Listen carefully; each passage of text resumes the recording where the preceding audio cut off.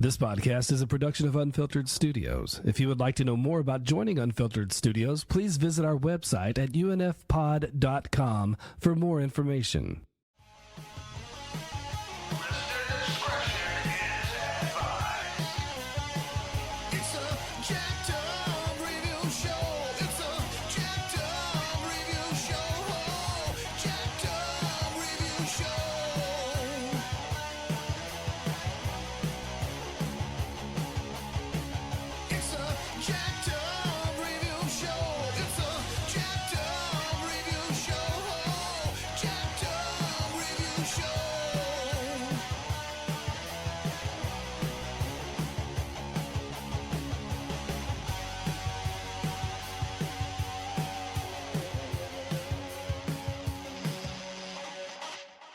Hello.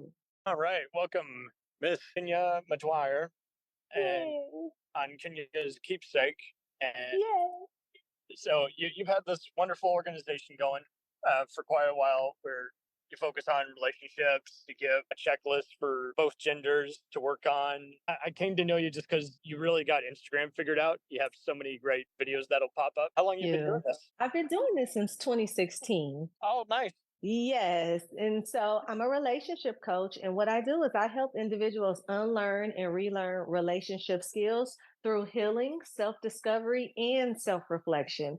So all those wonderful tools and checklists that you talked about, it's all so that we can get through things like that, again, by unlearning and relearning. I did see you stress that. You have a PDF as well that users can check out. Yes. I really dug this because it's like many of the relationships, you guys focus on what both mental health and fitness also point out, and that the sign of insecurity, is often the main factor in someone coming to terms with their imperfections and trying to work on that. But I like how you took it a step further by with this relearning process that you keep mentioning, because it kind of goes back to how many who have gone to college sometimes forget that you just because you're no longer studying doesn't mean you stop learning. Yes, absolutely. I call myself a career learner. If education was free, I would get 3 PhDs. I promise. I love it. And so my daughter just graduated college, but I was so excited when she was in college because I wanted to know. I was like, what's the lesson for today? What are you doing? But you have to continue to learn. And like you were saying, and I love the fact that you pointed that out, not just with education, it's about learning yourself too. Yes. And so again, that's why I love it. I gamify everything. Let me tell you, I will turn anything into a game. I will do relationship feud, a relationship Jenga, self-help, Uno, anything that I can come up with, bingo, because that's how you just retain it. I remember, if you think about it, when you think about when you were in school, grade school, I'm pretty sure you remember recess more than anything. Yeah. Or I'll take a step further. How about the fact that you're excited about lunch and then continually let down when it's not anything you would actually want to eat? Yes, exactly. Oh my goodness. But it's the only thing you can eat, so you just gotta have to until you get a job. Yes, and so that's why my angle is more of a coaching style as opposed to therapy and a psychologist.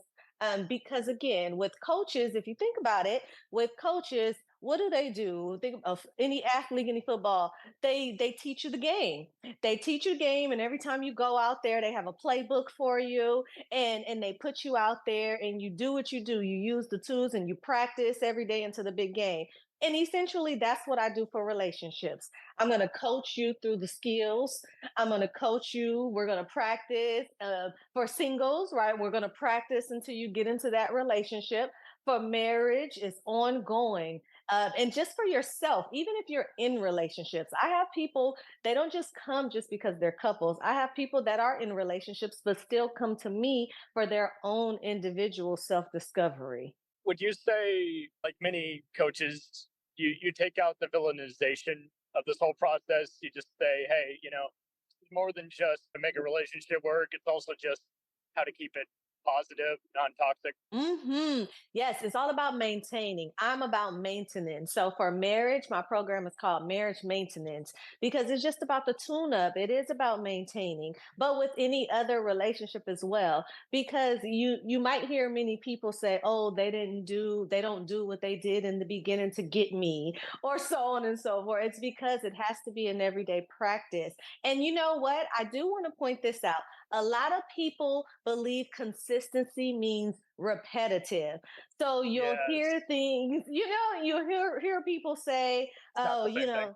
yes, exactly." And so that's not what consistency means. That's no, consistency just means the same gestures, the same effort again. And so that's again the things that I go through with every individual. I think you've also had to point out, I don't know for a fact, I'm just saying, but I'm sure you've had to point out there's yes, there's everything else. You can't give anyone a maybe answer in any capacity. That just means no commitment.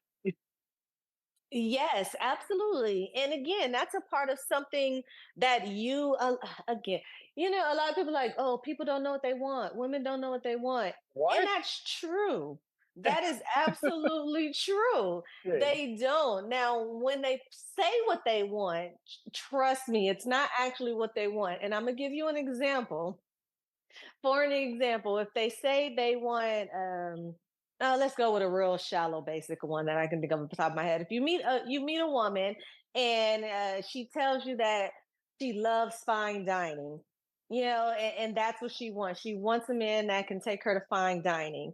But 6 months down the line, one day she doesn't feel like getting dressed.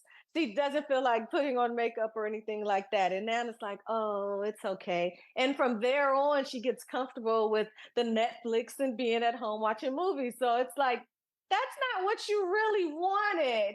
So I say that to say when people are putting out standards and saying what they want, they have to be careful because they seem more closed minded.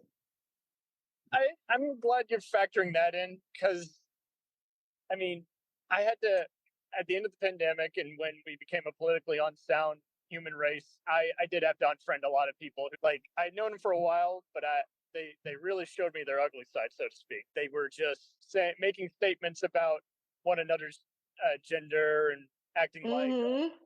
and I love Mm-hmm. how the worst thing you can do other than negate is act like that's not what you're saying when you've just reworded it and Mm-hmm. it's still what Yes. you're saying. And he's like, I'm not sexist. I just think they're all this way. I'm like, you Mm-hmm.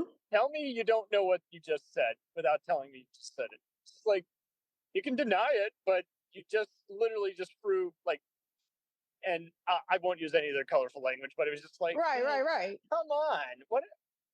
You can't say that. Okay, you were in Yes. one failed relationship. That doesn't no, Mm-hmm. that doesn't. Yes. Mm-hmm. And And guess what? That says a lot about you. Maybe that's why they're all avoiding you because you're coming up with these ugly ideas that you're misconceiving as a fact. It's like I've never been in any serious relationships, but I've always mm-hmm. valued friendship and I've always valued just letting everyone know, hey, thinking of you. Mm-hmm. Thought this Yes. thought this would be up your alleyway. Oops, sorry, you didn't find that meme or you didn't find that recommendation for that Mm-hmm. vacation plan interesting. I'll try better next time instead of, oh, how dare you reject me? It's like, well, I was wrong. Fess up. Yes. And a lot of people have become so defensive, Yes. so defensive, and they just immediately, what is it, go from 0 to 100. And I'm not only talking, so I also mentor children. I'm a head mentor of a youth program Youth out. counselor. Yeah. Yes, and so it starts from the little people as well as the older adults. I'm talking, I could just be in the store. I was in the store one day and a mother was telling the girl, she was just like, "Hey, stop that." And immediately she's, "What are you doing? It was him." I was like, "Oh my goodness." Like just immediately defensiveness. And that carries on into relationships. And again, not just intimate relationships, just going back to what you said, valuing friendships. I say all the time, I've had more heartbreaks from my girlfriends, my best friends, like my I'm female sorry. friends. than I've had from guys. You know what I mean? Because those are my friends. Those are childhood friends. Your besties. And I've had more heartbreaks from them as well. And so it's not just about the intimate relationships, but like to your point where you're saying this is your character, you like to check on people, you like to say, You that like is to throw what, them under the bus for being yes. different than you when that's not a flaw. It's just they're Hmm. different and you're being a jerk because they're different. Yes, I say it all. I grew up in a loving two-parent home, and I don't take that Same. as the cheat code because here's the thing, you and I, we run into people that did not. So they No, don't absolutely. have, they Yeah. didn't see what we saw. They don't, and like you said, they see it as a flaw. And so why I started Kenya's Keepsake, and this is a good segue of how some people see Yes. it as a flaw, is that I was at 25 years old, I was engaged and unengaged to my daughter's father. I was with him trying to make it work because I grew up in a loving two-parent home. So I'm like, this is what I Hmm. have to do. But he just wasn't for me. And it was not a bad relationship in the sense there was no cheating, fussing, fighting, none of that. We just weren't growing together. We were young. We were 18 when we started, 18 going into 19 years old. And we had our daughter and life just started happening. You know what I mean? And No, so, that's awesome. But at least I'm glad you could diffuse that maturely instead of I need you to hate him because he doesn't like me. I yes, don't like him. No one got exactly. hurt in the process. I'll segue on that. Like I had two siblings, brother and sister. We're all Hmm. very different, but we weren't a very big church going crowd, but we were a just be the bigger person. Don't Hmm. throw anyone under Hmm. the bus. Don't instigate. If something's wrong, let's use some code words. We were using Yes. walkie talkies before cell phones were a thing. Would always be like, Hmm. "Hey, we need you to come over to the friend's house. They're being a pill, and the mother's not Hmm. intervening." We were very good at spotting the elephant in the room. I think it also helped that anyone who was imperfect in my family, we didn't shame them, but we noted, "Hey, you got to change something." I had an uncle who was very caring and actually stayed with us for a while because, long story short, he went through three different relationships, and two-thirds of them were very bad. One was a failed Hmm. marriage where it was kind of abusive. The second was just a gal kind of playing games with him because she had been in a few bad relationships, and he should have seen the writing on the wall saying, "You are giving your heart out to this person, but she's not giving any love back. You got to just end this." Oh, I can make it Hmm. work. And so I think he went with a lot of false hope because he wanted to be told what to do, but he was Hmm. giving so much energy to a plan that ultimately you could give it the best one, wouldn't be good. So I do find it interesting that the final one worked because he just finally found that person who was also good at taking charge, but not going to take advantage of him. So Yes. I've been fortunate to just not meet too many toxic people, but always spot it Hmm. when it's happening in the world room. And that's why I just thought you'd be perfect for this panel. Long story short, I think a lot of people are afraid to sit down and have any kind of discussion. They're just kind of like, Hmm. let's just get through it. It's just work. It's like, well, you got to treat it as more than work. It's a personal investment. And I don't mean money. I Yes. mean, Yes. like, I just got over insomnia 2 years ago.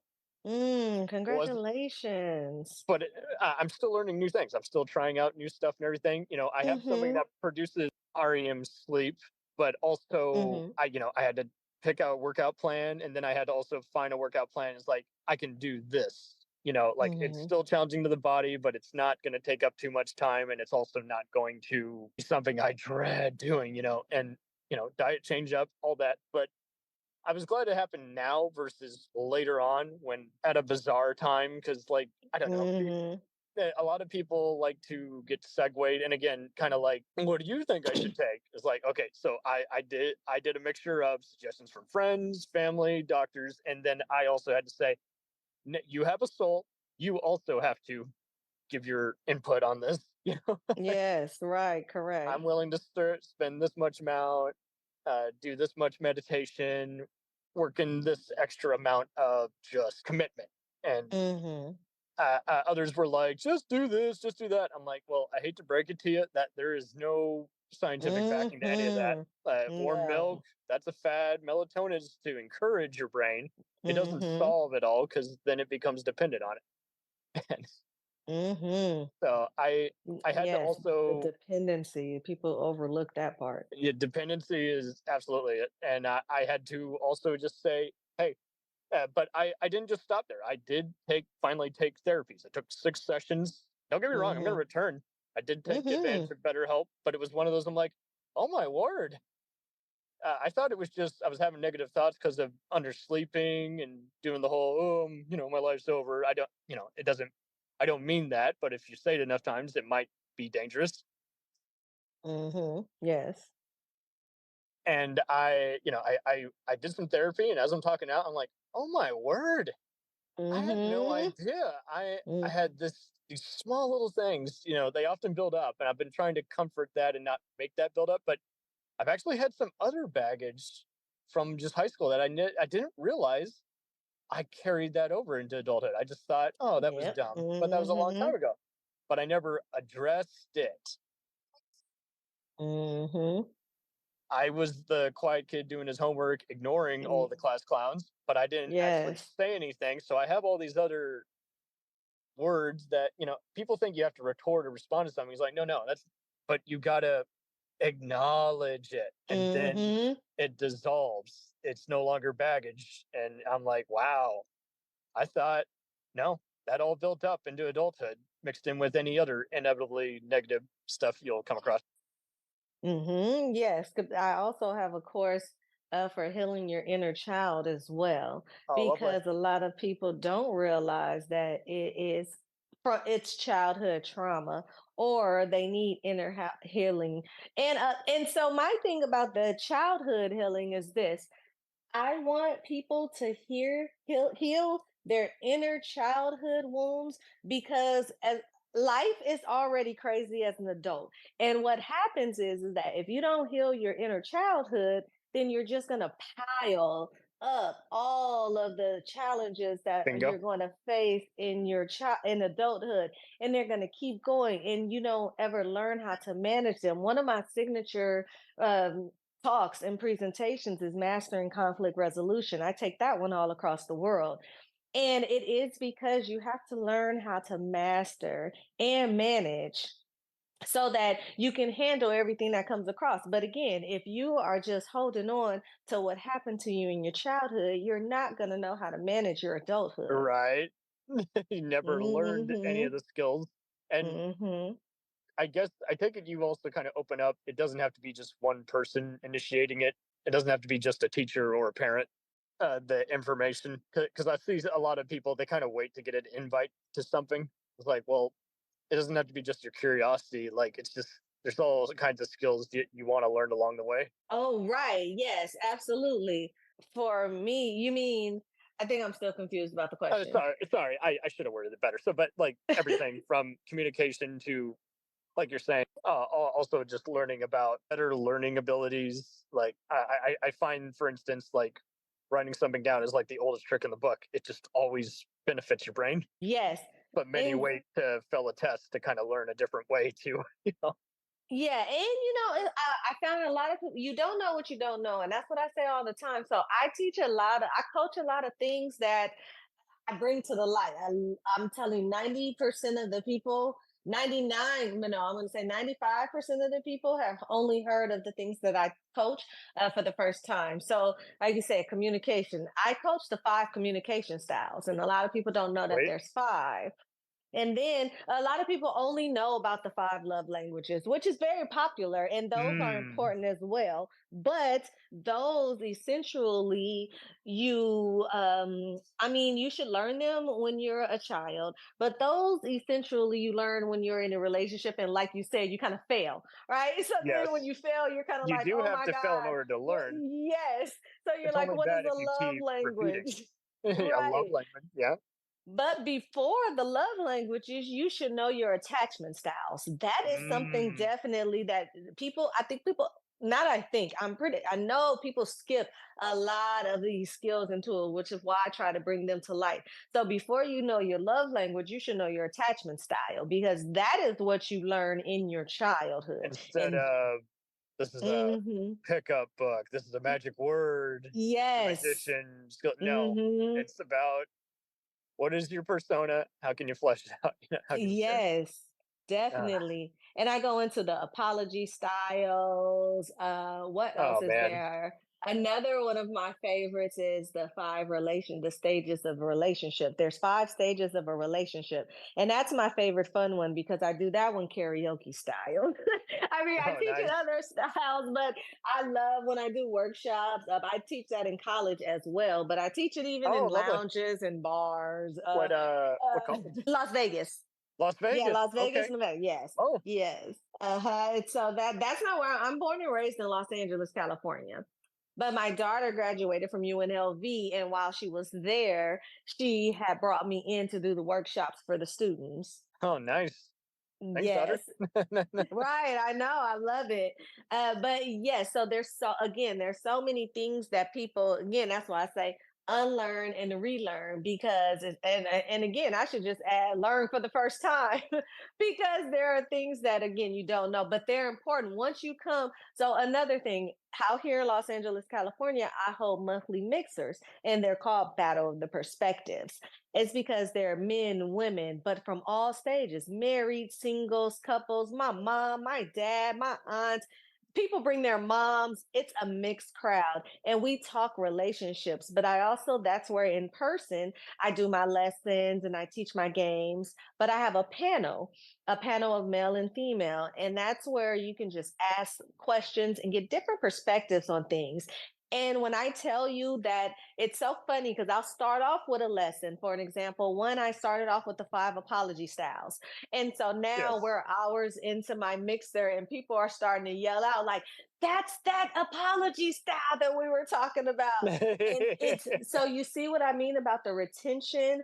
If you keep it in a sense to where people can remember them and retain the information, I know that they're going to walk away. That's why it's called Kenya's Keepsake because you walk away with a keepsake anytime you encounter Boom.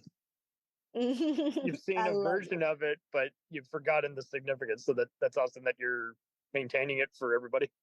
Yes, absolutely. Just another one, just kind of to bring it all around. Why do you think you've been so good at just getting everyone comfortable with this? Because like there's so many who are great at putting up a study template, but not Hmm. necessarily great at being a teacher. What? How did you think you got comfortable at just sharing all this material and then telling everybody? And by the way, guys, you got to participate. This isn't just me give you advice and you study. Right. Yes.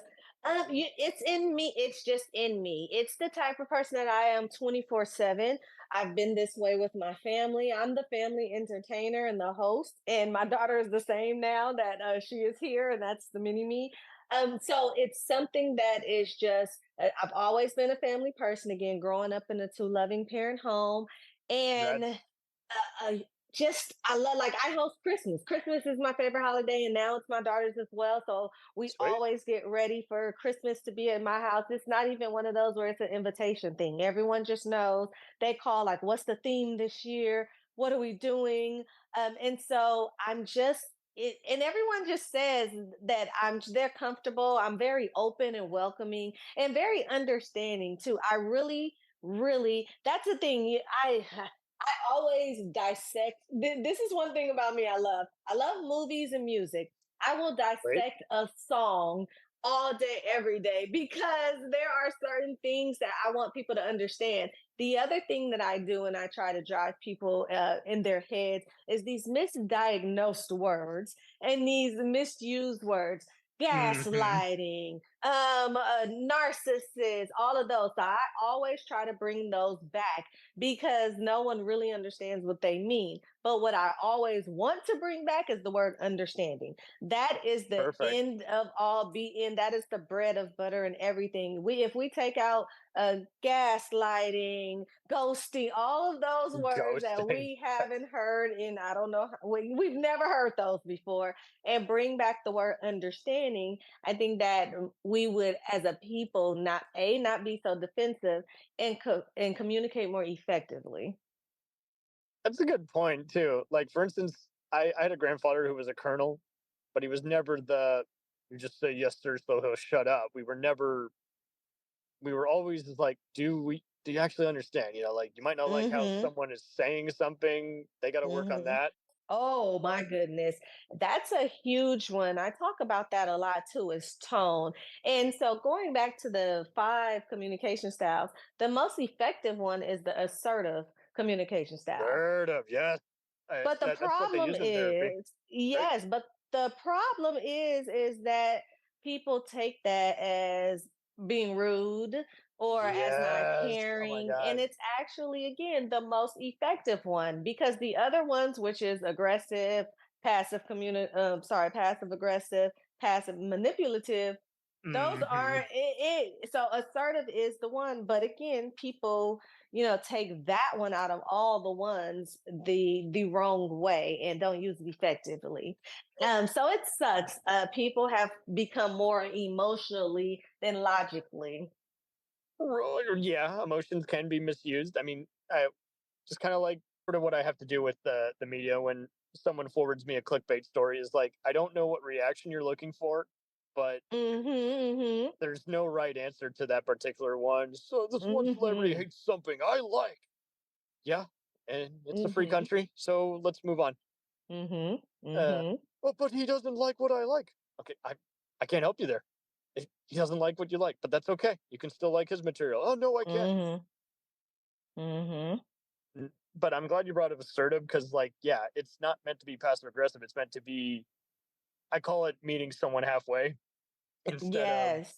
because then yes, if you keep giving the same answer, then it does unintentionally look like you might be ghosting or not trying as hard as you could or communicating the best. Mm-hmm.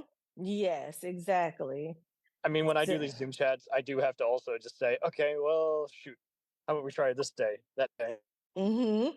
and it didn't always work out, but I tried to shuffle around whatever I could, and instead of just be like, so and so flaked. It's like, no, no, no, they Mm-hmm. didn't flake. We just didn't figure out a time that worked for everybody. So nice. Yes. And also too, it's just like you have no idea what's going on the other end No, of someone's. Like I have encountered so many angry people. I went to Starbucks in the drive-through, and a guy swore that I cut him off and got in front of him, and he jumped out of his car on me to really curse me out.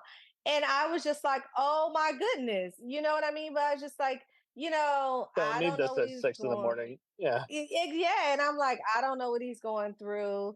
But he didn't know what I was going through either. It just really could have been ugly. But the fact that, I was the level-headed one, and I was just like, okay, but you were I the didn't know last what he was person he could be angry at when he's probably exactly. angered 5 other people in traffic. I don't know. Yes. Sometimes people Yes. can unintentionally sound like a Stan or a Karen. I had to stop my Mm-hmm. father when he was seeing someone do an illegal U-turn at a traffic light, and I was like, "Don't be a Mm-hmm. Stan." He's like, "You think that's funny?" I'm like, "Well, here's the thing. I don't know the guy. Why do I care? Right. It's not like he ran over someone or parked in the handicap. He just did a U-turn. Let it go." Yes, exactly. I didn't. There are worse things to be angry about. It's not like he hit a dog. It's not like he shot someone. He just did a Mm-hmm. U-turn in traffic. And that's the other thing too. I think a lot of people love to take the smallest thing. And don't get me wrong, we've all been there, but we have to let it go. Like I've been flipped off Yes. on the highway, Yes. and it's like I can't even tell you what that person's face looked like. It's irrelevant. I'm just laughing at it because I'm like, of all the things, okay, what a way to start my Hmm. morning. Yes. And it's just there's 24 hours in a day. That is 30 minutes, 5 minutes, or whatever. Keep going 30 because you minutes. still have 20 more hours to go. Like it could turn around. Everything can turn around. I don't wish ill will Everything can turn upon around. all these. I don't wish ill will at all. I'm just like, yeah, okay. I'm sorry they were rude. Hopefully they learn. Maybe they won't, but Hmm. I'm not going to meet them again. I hope they don't harm anyone else. Whatever. I'm just moving on. Yes. I take it classes are still going and they're both online or in person, or Online now, yes, online. The in-persons or the mixers, yes, the classes are online right now, and I'm going to start. I had a community going, but I'm going to start up another community. And what the community is, it's more like I said, like a school, like a university, to mm, where it's not social media, it's not a Facebook group or anything. It is actually, you will log in and it will be Keepsake University. And there it will be, it's like a, what do they call, like a curriculum, got it. like a Okay. forum, and I will have all sections, singles, married, couples, and whatever sections that I have. And I might add a youth one. I'm not sure if I'll add the youth one yet, but I might, because when they get online, they are not worrying about going to Keepsake University. They're going to YouTube. So, I And they got mean, no excuse to not get the word. yes, exactly. So what It's all at happens our after that? fingertips. Yeah, I got all the PDFs. Yes. So what happens after that is that everybody will be blocked from their whatever they're not. So the married people won't get to see the singles courses, and the Mm, singles courses won't get to see that all of it. But there will be a central corner that I have where we'll all get together. So I'll put in daily prompts. People can go in and walk. But I'll also have sections where all my courses will be lined up, because they'll be self-paced, my courses, so you can go in there and click on, like I said, just you can like a see their university. progress. I love it. I love Yes, and I can give a certificate at the end, as it. well as different prompts for everybody to engage. I give challenges. I might wake up one morning and put a 5-day challenge up there, just for, something like that. This So is more that will than be extra coming credit. soon. This is Yes, exactly. Because again, social media, all of that good stuff. It crashed the other day, and I'm thinking to myself, what if all this goes down? How are people was still it going to? Blackboard or Oh, yes, it's similar to Blackboard. I was trying to explain it to my daughter. I was like, "You remember Blackboard?" She was like, "No, mom, we don't have that." I'm oh, like, okay, "Oh that's my heartening to know god." because I was there. I don't want to say this, but like I was there when the towers fell. Basically, I was there. Yes, yes. So it's similar. And I love that again, because I mean, social media can be, that's just so what it is. But for there, it's more intimate. It's more, like you said, I can see the progress. I can see that people is actually doing the work. It's one thing to post like a question on social media every day. Yes, People might comment, people might engage. I have my same people that engage. Then I'll have some pop up if somebody really wants to say good. I'll be like, "Oh, hey, how are you?"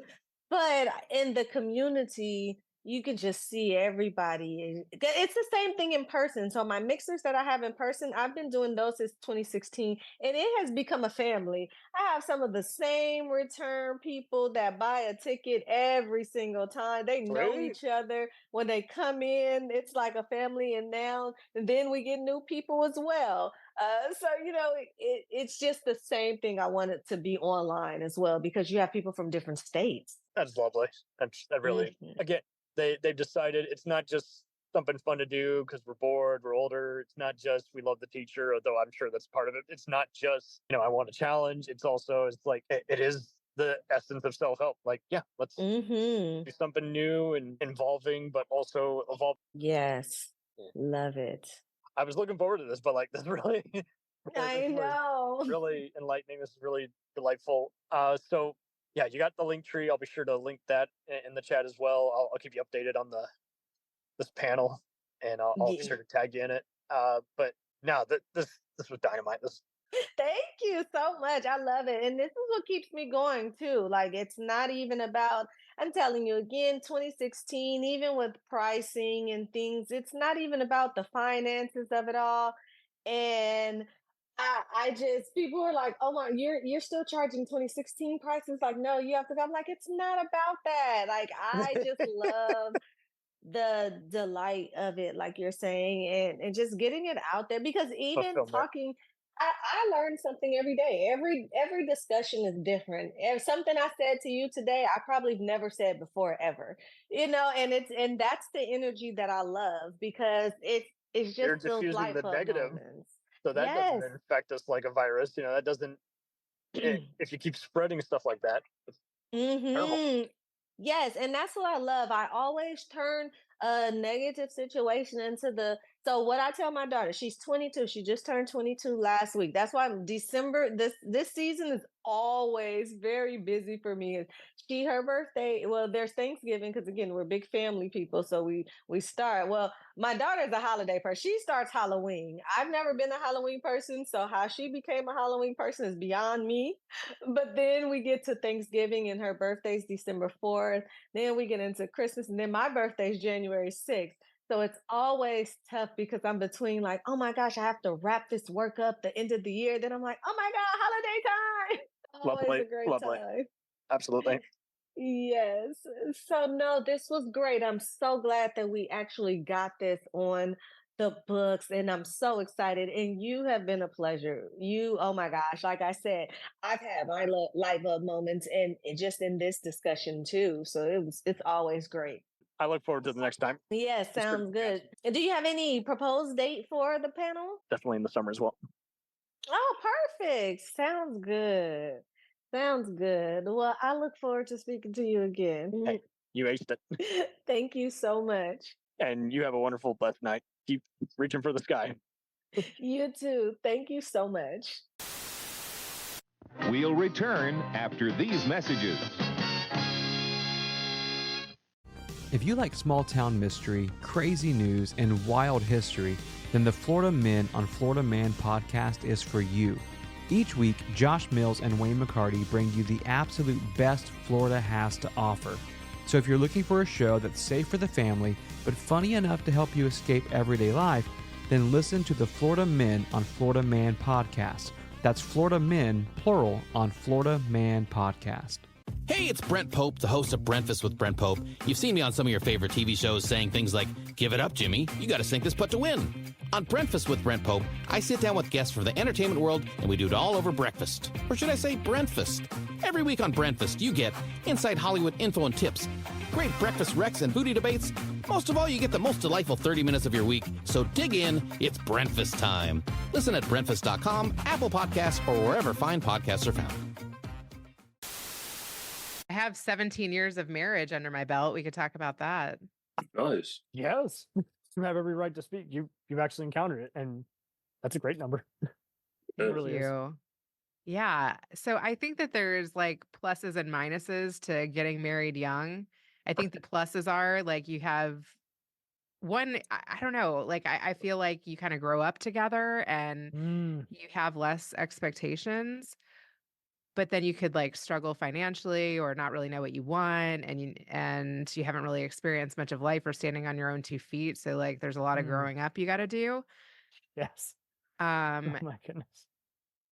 So that was my parents. Like my mom got married right out of high school and she's only been with my dad. And it was kind of a little bumpy there for a little bit. My parents have stayed Really? together, but I've watched that with some of my girlfriends too, because I grew up in Kentucky and like a lot of people got married out of high school. I personally wanted to like live in a big city, stand on my own 2 feet, make my own money, know that I could do that. And then I was like, hey, I want that to be optional. Are you cool with that? So I think when you get married, like in your late 20s, mid to late 20s, you know more about the world and you're able to bring more to a relationship because you've done some work on yourself and you've learned some more lessons from the world. Yes. Mhm. I would have made a much worse decision in my early 20s than in my late 20s. I think we all would have, because even if you're Yes. the A-list student or good at one thing, we like to assume we got most of it down. Everyone, the adults, they're full of it. Even if we don't truly think it, we kind of do. If that makes sense. 100%. Yeah. Like you think You just the world guys are revolves so around full of it. you. It's You have like such a smaller worldview. And yes. Yep. And that comes from not being healed. If you're not a healed person, you're Why do I need not to gonna get learn? through this. Why do I need to learn this language? Why do I have to learn this and that? And it's like, And well, that's why there's such a barrier between people, because there's somebody who is always unwilling to learn. They're unwilling to unlearn and absorb new material so they can evolve. evolve. That's why I see so many people, like my artist friends, like I'll see some of them still stuck in their same perpetual cycle. And I'm like, you could evolve. I know you can. And I see some of them evolve, and it's like, wow, you really evolved your craft, and it shows. And they appreciate that because it's the good feedback they want. Whereas people don't want to be healed. And I understand why. They will either want to be a walking pity party or they just don't care. Me, I want to be healed, and I am a semi-healed man. And I graciously am happy that I'm that in that part of my life now. And it's weird. Like You're I never comfortable in your thought skin. getting there. It took me, let me see. I didn't feel sexually attractive in my own skin until my, say, 32. Like when I'm standing in the rain late night, dude, Oh, wow. I feel sexually attractive. Any other time of the day, I feel ugly. And it's a hard Interesting. thing to What is it about the rain? It's I don't know what the hell it's relaxing. It's a cleansing thing for me. I cleanse in the rain. I sit there. My sister has a similar kind of attitude about that. Yeah. I don't like it because I don't get anything done, but I did find it kind of beautiful growing up. Yeah, like rain is a cleansing tool. It really is. Like summer It's the rain. world speaking for everybody. Yes, it really is. Because it's, if you can't cry, you can use the rain to mimic crying. If you have had a rough day, like the best feeling in the world, and people, there's layers of tired. There's work tired, there's passion tired, there's Family kid tired. yeah, parenting tired, there's sun tired. Sun tired is the best. The best feeling for me combination is sun tired, or stress tired too. Sun tired plus heavy rain overnight is the ultimate relaxer because you sleep like a mountain. Like once you're done outside, you dry off, go get in bed and cover up, fan on, whatever else helps you sleep. Yep. And you go to bed and you wake up and you feel so refreshed. And your Which is what everyone skin is needs. super soft. Yes, they really do. I encourage more people to sit naked in the rain and just be in it. No phone, nothing, just you and the rain. That's all you need. Let the rain wash And your way. Wow. Okay. exactly, because when I was on Whisper for a while before they took away all the good groups, and this is how I got a lot of my info on dating was through pregnancy groups, because I was curious about pregnancy and how that worked, and raising kids. And I had so many conversations on there, and I never asked for anything. That's the one thing that dudes need to stop doing when it comes to dating women is asking for pictures. Nothing is free. If you ask for pictures, you have just immediately declined any further involvement with this woman, whoever Well, it that's is. good you learned that. Yeah, for real. It's funny. I never asked for pictures. Never. And these conversations I have are so deep. Some of them are like, I don't have anyone to talk to because I'm stuck at home with kids all day. And I talk nothing but kid with kids. I need an adult to talk adult with. And I'm like, oh, okay, I can do that. And it's not even dirt. It's just like, how have you been? What are you up to? How was your week? Did you get everything accomplished? What are you into? What's your favorite glass to drink out of? What's your favorite flower to go pick? What's your favorite meal to cook when you're in a bad mood? What's your late night snack to go to? And so very casual. yeah, it's a casual What conversation. show do you watch the morning after? Yes, There you go. There you go. And these questions that I ask, they are important and integral because you learn about a person through questions, not the base bullshit. What's your favorite color? Like, give me a break. Give me something more unique. Damn, And I think you should put all this in the show notes. This could be helpful for There people. we go. I've already done this. I've done many dating vids on my YouTube. Dating tips, dating red flags, all that. Too bad Oprah isn't like bringing people together anymore. I know, right? Like, God, Oprah was so organic back then. Yeah, no It's kidding. so wild. Like everything that's a cultural touchstone in pop culture is organic, and it's so rare, and it doesn't happen anymore like it used to. It doesn't happen for 20 years. I know it's rare though. It's very rare because That's so you true. think about that. Like you see how technology has evolved. You go from a telephone to a cell phone to apps. We don't know how good we got it. I know, and it's like communication is so key. That's true. I actually wanted to say that. Like, yeah, that's you the big. really have to, and podcasting helps with that. Yes, You really have to get good at communicating to keep relationships working. Bingo. You do. If you don't know how to talk to people, the biggest thing, don't talk at someone. Never talk at someone. That will kill them immensely inside because they'll shrink down, and sometimes you'll see it visibly or you'll hear it in their voice. And Can I ask you something super personal since you brought it up earlier? Yeah, go for it. I'm an open book. Okay.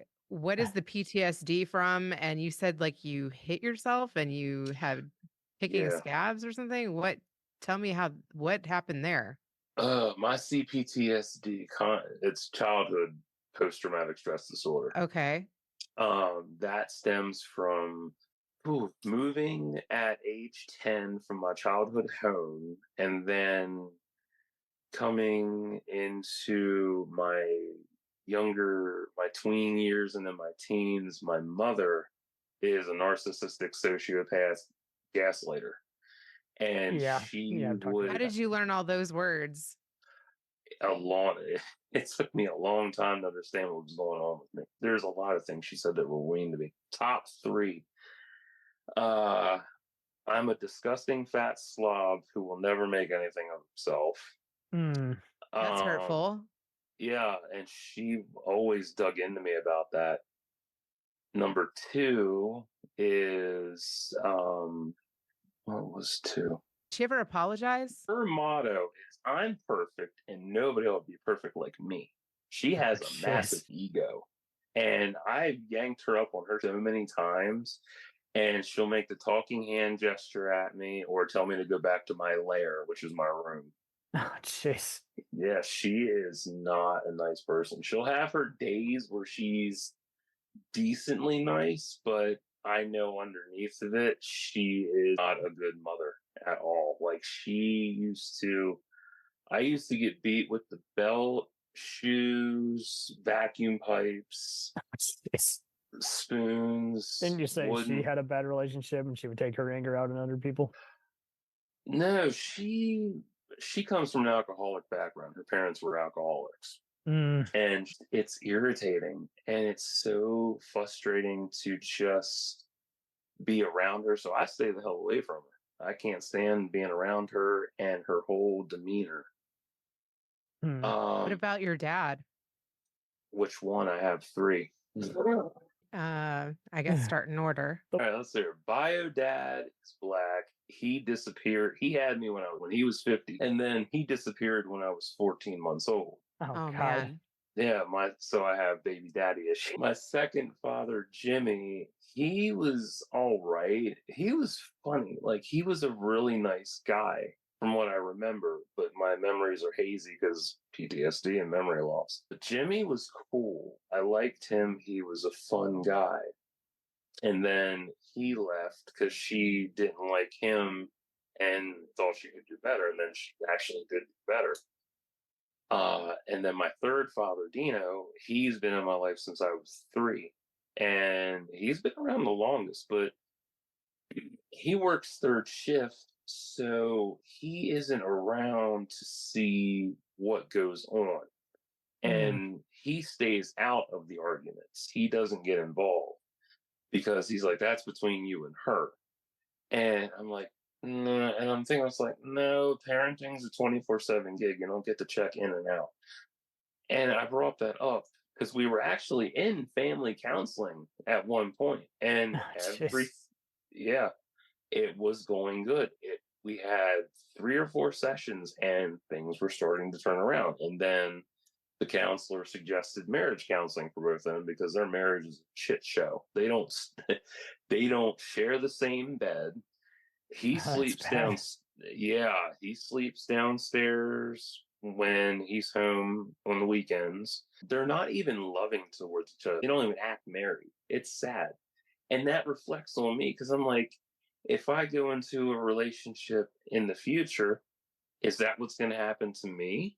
Like that plays off on me and my sister too. Dino's great. He's an awesome guy. He's a hard worker. So he was self-deprecating kind of in a way. He does. He's so nonchalant about things. He doesn't care what you do as long as it's not going to get you in trouble. Whereas Beck, my mother, she is so hardcore. She likes to pull the Christian card. Now, oh Lord. Yeah, she's not. We all have a family member like that, but it's always surprising every time, isn't it funny? It's like, oh, you're judging me, Yeah, she's a. This is why we don't have Thanksgiving together. We just meet at the family party. She is the most judgmental I have ever come across, and I mean that wholeheartedly. How she is. But I feel like you've given like some good apologies, and I feel like apologies are really hard to give. Like, do you want a better relationship with her? And if you had one, do you think that would help your future relationships? That's a good question. It is a good question. Like when I was younger, and this is how polar opposite she is with raising me and my sister. When I was little, I got away with everything. I had no limits at all. Whereas with my sister, she switched everything up. Jean could not watch Ghostbusters, the original, until she was 20. Oh, jeez. So she would gatekeep just random stuff that didn't have anything to do with it. She's like, you can go to Chuck E. Cheese, but she can't. It's like, okay. Perfect. Yeah, perfect gatekeeping example. The other night, I was in the living room eating dinner, and I brushed crumbs on my pants. And she stopped what she was watching, and she's like, you need to eat at the table. And I couldn't eat at the table because she had all her craft stuff on the table. And I told her that. And I pointed out, and to be a hypocrite like she is, she's eating in the living room. And I'm like, well, you're eating in the living room. Well, I don't make a mess. I'm like, and we have 3 cats, so they track fur, litter. Yeah, cats, there's no such thing as a cat that's neat. It's not word. And I'm like, and I'm sitting there like, how can you be a hypocrite when you do the same? And she's like, I don't want to hear it, blah, blah, blah. You need to do this, you need to do that. And I'm like, you need to grow up. You need to get a therapist. I'm in therapy. Me and my sister are both in therapy because of her. Oh, jeez. Because she's so toxic. I have never met someone so toxic in my life. And people are like, well, how are you so nice and you live with that? And I'm like, good question. People are like, how are you not an alcoholic? I wish I was. Which brings me to my second worst thing she's ever said to me and never given an answer to. And I asked her this numerous times. I was like, would you rather, because we get in so many heated fights. Those will weigh on you, even if it is the most petulant thing you've talked about. Yeah. Like, what were we even fighting about? I'm so mad right now. I was like, would you rather me be an alcoholic addict, running the streets, and bringing it home? And her response is absolute silence. I brought that up in a video, and someone pointed out, like, that is really sad that your own mother wouldn't give you an answer to that. And it's sad. And I'm like, I'm like, why? Does she avoid conflict or? She's passive aggressive. You ever had a passive aggressive person in your life? Yeah. Yeah, she does that. She'll leave passive aggressive notes around the house. She'll be passive aggressive about little things. Have you ever tried to like respond comedically? Yeah, I have. I pointed out the hypocrisy of it. Kids are good for that. Yeah, she don't like me at all. She'll pick fights with me, never my sister, never. But you're still living with her. How old are you? 38 this year. And you're living with her still? Yeah, I did move out at one point, but that didn't pan out because that friend turned out to be toxic as well. And that was a right situation, wrong timing. Because he was going through, his ex-wife left him for her ex. Oh, jeez. And yeah, it's a good situation for the first month, and then he really showed his true colors. And he got on me about my weight. He made little quips here and there. It came to a head when he woke me up twice in the same day accusing me, and I let him have it. I was like, nah, you're not doing this to me. And I laid him out so damn good that we're the same height, -2 inches. I'm 6'4", he's 6'2". Tried to tower over me. I'm 6'4", 400 pounds. He tried to tower over me. No, dude, that's not how this is going to work. And he stuttered over his line, trying to make me feel bad. I'm like, nah. And I held my ground. I glared at him so hard that he just got quiet. And it pissed me off because I'm like, you gave me a good living situation. And it was good. It was a good deal. But he accused me of being like his ex-wife's sister. And I'm like, no, I'm not like her at all. And I even yelled, I was like, I'm not your ex-wife's sister. So you can kick me, you can put that. God, it was a beautiful living situation at first. I loved it. He had a beautiful house, lots of room. I had a great bedroom there. I ended up moving back home. Yes. So it was pretty much you're getting into these lose-lose scenarios. Yeah, it was a learning curve for me because my aunt even pointed out to me, and I wished I'd listened to her because she's so genuine. And she's like, you guys are older now. It's not the same as when you were kids. And I'm like, oh, we're good friends though. And I kept pushing that at her. We're good friends. We'll get along. And I should have listened to her, and I didn't. Now I know. And I haven't talked to him since I moved back home. I was there, then his friend moved in, then his mom's friend moved in, and then things got toxic midway through. Seems a little crowded. Yeah, yes. And I understand crowded. I really do. I get that. And it was a right time because he had a place for me to go to, but it was the wrong situation. Because he was in a bad place and trying to heal. And I get that. I understand that now. But he didn't have to act the way he did towards me. That's what really pissed me off. I'm always loving just some of his in-depth conversations. But I mean, also, this is good for just when you're post-relationship and you bring up stuff like this. Everyone has their own quirks that they can accept each other for. I did actually have some research that actually kind of plays into this.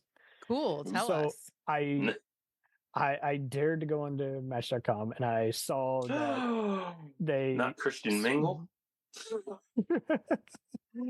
I saw that they actually noted how mutual respect, effective communication, and trust were, again, an impressive 68% that were confident that these skill sets were the most vital. But I loved how they actually broke down the different generations on communication. And there were some other articles that pretty much proved a lot of your guys' previous points from just everything. Like Forbes had one, Pew Research had another one on how dating got harder post-COVID. But yeah, no, for communication and communicating needs in a relationship, a skill that's strengthening with age.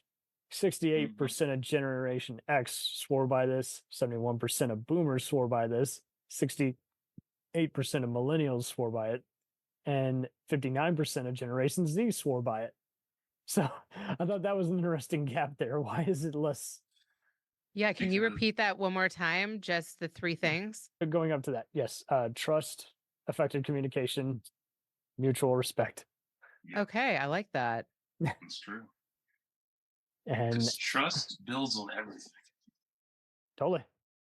I learned that with my friend Chris, because I'll be in therapy and shit, and I'll bring something up and I give context on it, but I don't go into particulars.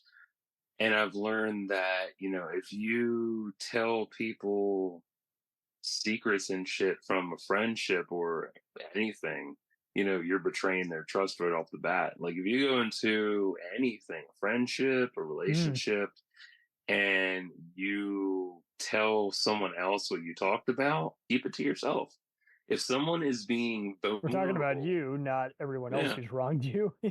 it's like if someone is being absolutely vulnerable with you, and I never understood that because I'm in touch with my emotions all the time. I have my bad days, I have my excellent days, I have my Mhm. absolute shitty days.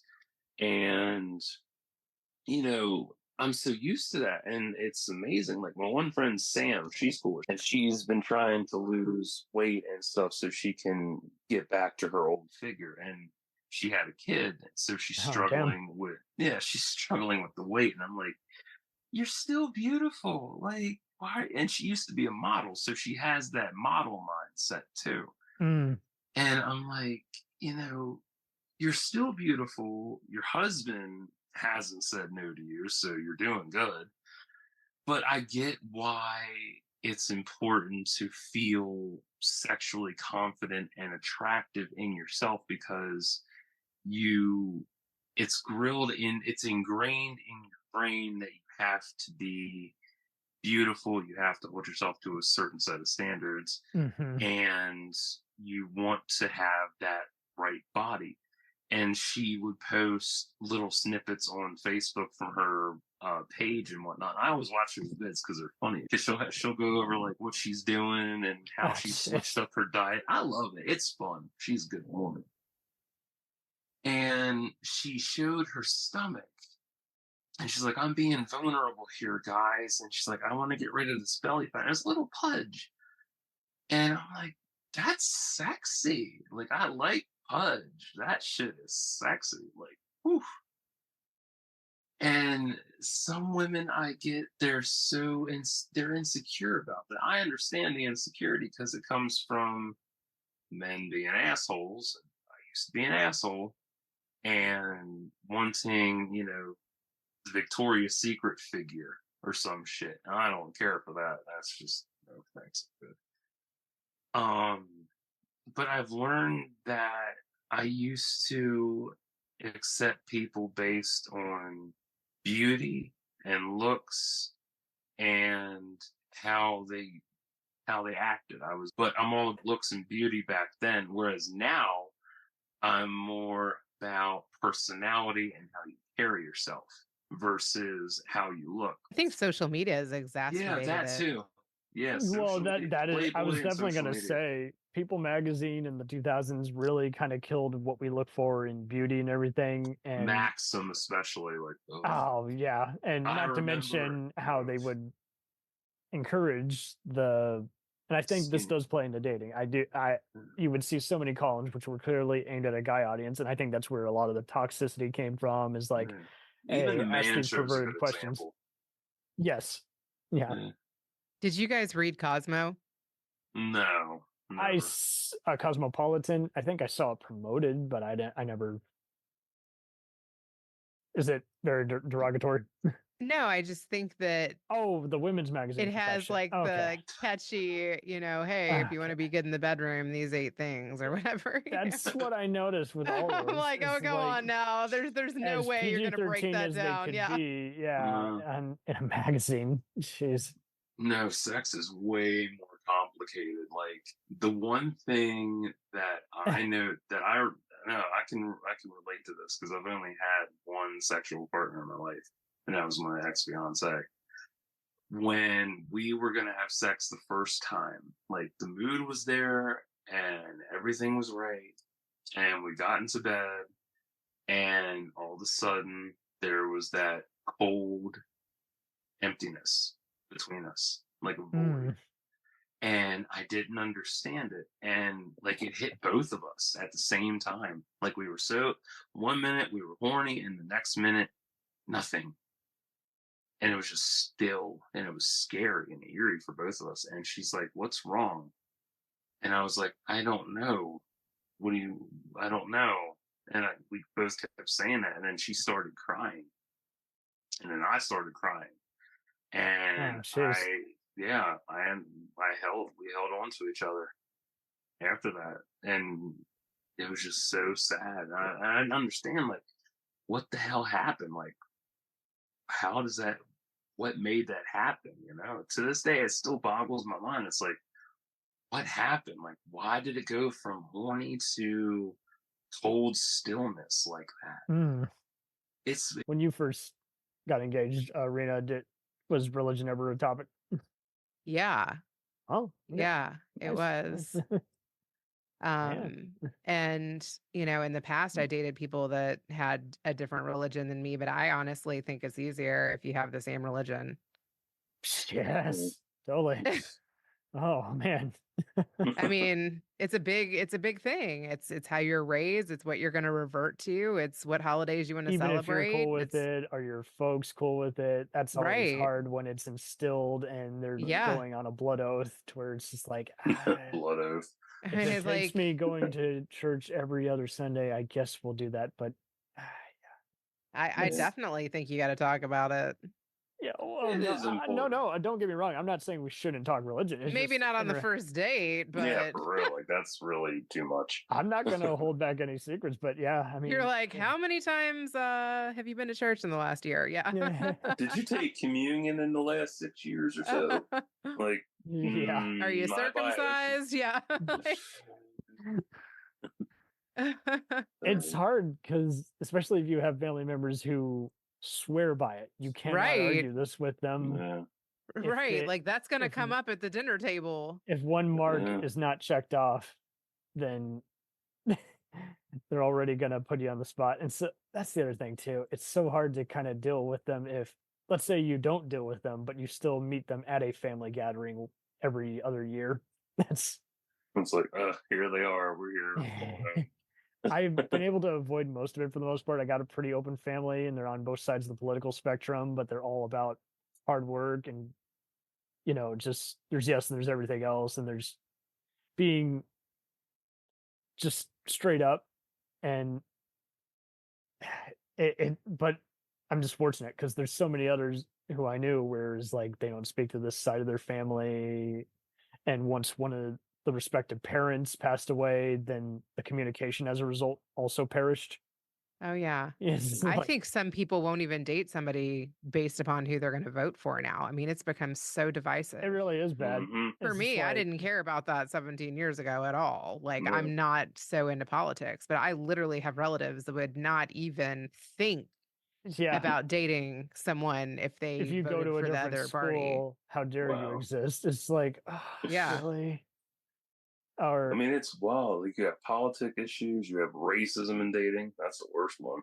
there is a lot of that. I did have a cousin who, she split up with this boyfriend, but she had a kid with him, but for the longest time and this was interesting to me, just viewing this through 2010 lenses. She would report stories about people would give them an ugly eye in a bar, and it's like, well, what do you care? We're in our Yeah, own for real. corner. But I do agree. I think it is getting worse, but I do see people getting very ultra violent with sports teams, and it's like, well, politics why I I'm can getting involved. understand because it's talking about it ultimately does, and it doesn't impact you. Like you're just liking the ideals this person's supposed to be representing. But Mhm. I mean, Like our It's funny. I podcast, interviewed a so guy fun. today that went to my rival college. I didn't even bring that up though, because I don't care about the football. Like I but in the literally middle of went to 1,000 Purdue others would and he bring it went to up. Yeah. IU, and they are like, there are people that would not sit on the same side of the bus. Like I went on like, yeah, Man, this trip. segregation, Jesus. They're like, what? You go to Purdue, sit on the other side. You know what I mean? It was crazy. Jeez. But like, I don't They will care. die by it. Yeah, I wasn't in a sorority. Like sometimes too, even like the sorority or the fraternity that you're in is like a thing. Yeah, it does seem to be becoming a thing now. And There's so It's- many different ways to divide, and I think honestly we're like more alike than different. And Yeah, more people have embraced segregation and apartheid and dating than anything, and it's really sad. jeez. It's the truth. Like the way all we've been talking about is literally it's segued into segregation and apartheid with dating. Like you stay with Purdue and IU, like you can't sit on this bus. Like really, you don't want to sit on my side of the bus because I went to this college. Like I dude, transferred in. Yeah, that's what I would say. I was Right, like, there you go. What if I told you, yeah, I'm just a foreign exchange student? Yeah. What if I told you I came for the communications department and to work at the NPR station? What if I told you I'm football. related to the dean? I don't know. I'm a teacher's pet. That's There why you I'm go. here. And I will have you thrown off this bus for some insubordination. So, riddle me this: why do people even want to bother with speed dating? Because I see events for those all the time. I've never been to one. I've had friends who have done it, and they're like, I've "It's the had worst friends that thing." have done it too. I think You're being kind of put on the spot. it's a and- good way to practice. Like, Yeah. it's a good way to Okay. practice like elevator pitches or icebreakers or saying who you are, what you're looking for quickly. And you get better at it like 2 to 3 people in. And usually there's like, I don't know, like 7, 8 people. So like, yeah, I think it's good. I think networking is good. I go to, like I said, I go to different networking events is good. across town. There's one here called Peppa Joey, and you're not allowed to say what you do. You just have to say like, what's your why? Like what gets you out of bed in the morning? Like what is That's something that you're nice. like really into doing? I actually like that. And then another one I That's went to is productive as called opposed to, and now this, and now that. Yeah. That's cool. Okay. Yeah, and there's this other one that's Pod Houston. It's like a podcaster meetup, and there's like a bunch of creatives at it. And then another one that I go to is what was this other one? Oh, it's at the University of Houston, and there's a professor. He's a screenwriter, and he holds one like once a quarter, and it's actors and voice talent and screenwriters and creatives and stuff. And again, like they do like different icebreaker activities, and I think it's good just to be able to kind of mingle and meet people in your area. Totally. That's Find awesome. people who, their talents complement yours. Sweet. Man, I hope we've broken all sorts of icy barriers. I mean, Yeah, for real. yeah.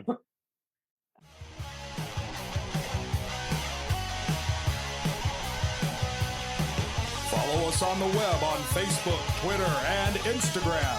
The podcast is available on Podbean, Spotify, iHeartRadio, Anchor, Apple, and anywhere else podcasts are available. Feel free to review our show and leave comments on any of those sites. Thanks a million for listening. It's a jacked up